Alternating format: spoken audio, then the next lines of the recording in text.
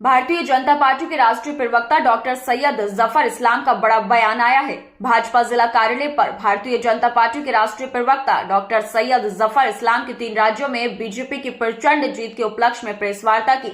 जफर इस्लाम ने कांग्रेस पर निशाना साधते हुए कहा, कांग्रेस ने भ्रष्टाचार के सिवा और कुछ नहीं किया। नेहरू के जमाने से भ्रष्टाचार कर रही है कांग्रेस ने इतना भ्रष्टाचार किया है कि नोटों की गिनती अभी तक चल रही है। मुरादाबाद से स्टार न्यूज भारत के लिए ब्यूरो रिपोर्ट। के जो अलायंस पार्टनर है वो नेगेटिव पॉलिटिक्स कर रहे हैं।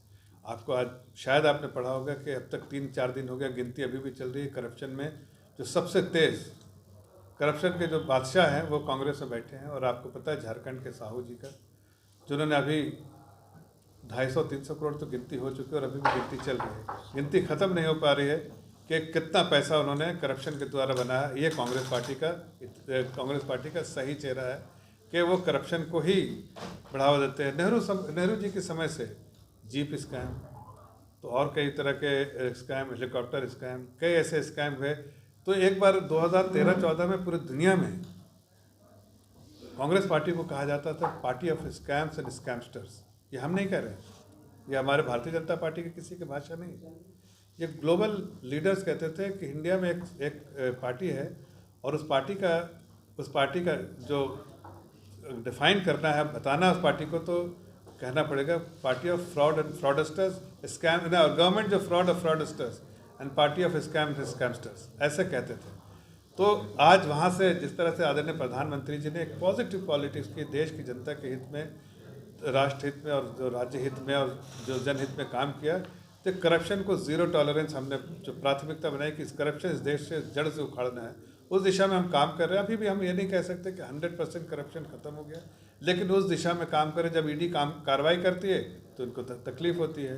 भाई ईडी कार्रवाई करती है, देखिए अब 300 करोड़ निकल रहे हैं। ईडी कार्रवाई करती है, इनकम टैक्स कार्रवाई करती है, तभी 300 करोड़ जो निकले। और ऐसे एक बात नहीं, अब अभी तेलंगाना में इलेक्शन में देखिए कांग्रेस से 800 करोड़ निकले। आखिर ये कहाँ से पैसे थे? अनअकाउंटेड 800 कैश पकड़ाए, जो पकड़ाए, उसके अलावा कितना होगा मालूम नहीं। ये जो 800 करोड़ पकड़ाए थे सिर्फ एक हफ्ते के अंदर इलेक्शन से पहले। तो आपको समझ में आता है कि करप्शन जो है उनका सबसे बड़ा मुद्दा है। दूसरा जो है समाज को डिवाइड करना है। लेकिन भारतीय जनता पार्टी अपने पूरे जो इरादे में मुकम्मल तौर से एक ही काम कर रही है कि देश को जोड़ने वाला काम। और इसी दिशा में आज मैं बताना चाहता हूँ कि बहुत ऐतिहासिक फैसला जो है जम्मू कश्मीर से रिलेटेड जो है सुप्रीम कोर्ट का आया है। ये ऐतिहासिक फैसला आज इस चीज़ को बताता है कि हम पूरे तौर से भारत को एक ढांचे में, जो अभी तक थोड़ा कहीं ना कहीं कमी थी 370 के एब्रोगेशन से पहले और उसके बाद भी, लेकिन एक जो है सुप्रीम कोर्ट में मामला अटका था। आज इस सुप्रीम कोर्ट के वर्डिक्ट के बाद ये पूरे तौर से जम्मू एंड कश्मीर देश का अभिन्न अंग जो हम कहते रहते तो वो पूरे तौर से मुकम्मल तौर से हो गया है। सारे अटकलें जो लोग लगा रहे थे, खास के इंडिया अलायंस वाले और कांग्रेस वाले, वो सब अब जो है ख़त्म हो चुके हैं। अब ये भारत का एक अलग स्टेट बन गया है और भारत का पूरे तौर से भिन्न अंग बन गया है जो था। लेकिन ये लोग कहीं ना कहीं कांग्रेस वाले इसको नहीं चाहते थे कि एक अभिन्न अंग बने। आप देखिए उससे फ़ायदा क्या हुआ है। जब से एब्रोगेशन हुआ है वहाँ पर जो पत्थरबाजी होती थी वो तो 2018 से घट के आप देखिए इस वक्त शून्य हो गया है। पहले 2018 से 2019 में थोड़ा कम हुआ और अब तो बिल्कुल शून्य हो गया। एक भी पत्थरबाजी के इंसिडेंट आपको कहीं नहीं दिखते होंगे। जो टेररिज्म में जो थे वो 45% की गिरावट आई आतंकवादी घटना में। और जो हमारे जवान शहीद होते थे उसमें 65% की गिरावट आई है। और ख़ासकर आप वहाँ पर देखिए जो पर्यटक है, रिकॉर्ड पर्यटक, एक 1.84 करोड़ पर्यटक वहाँ पर गए इस बार। ये अपने आप में कश्मीर में पूरे इतिहास में इतने लोग नहीं गए थे जितना इस बार गए। इसकी वजह है कि वहाँ पर अब आम नागरिक जो है वो अपने आप को महसूस करता है कि देश से जुड़ गया है।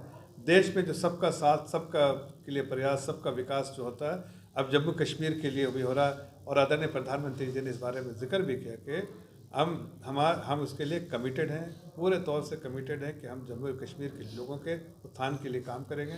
अब निवेशक वहाँ इन्वेस्ट करना चाहते हैं, निवेशक बड़ी तादाद में खड़े हैं कि जम्मू एंड कश्मीर में इन्वेस्ट करेंगे ताकि वहाँ के लोगों को और से ज़्यादा से ज़्यादा अपॉर्चुनिटीज़ उनके लिए क्रिएट कर पाएँ।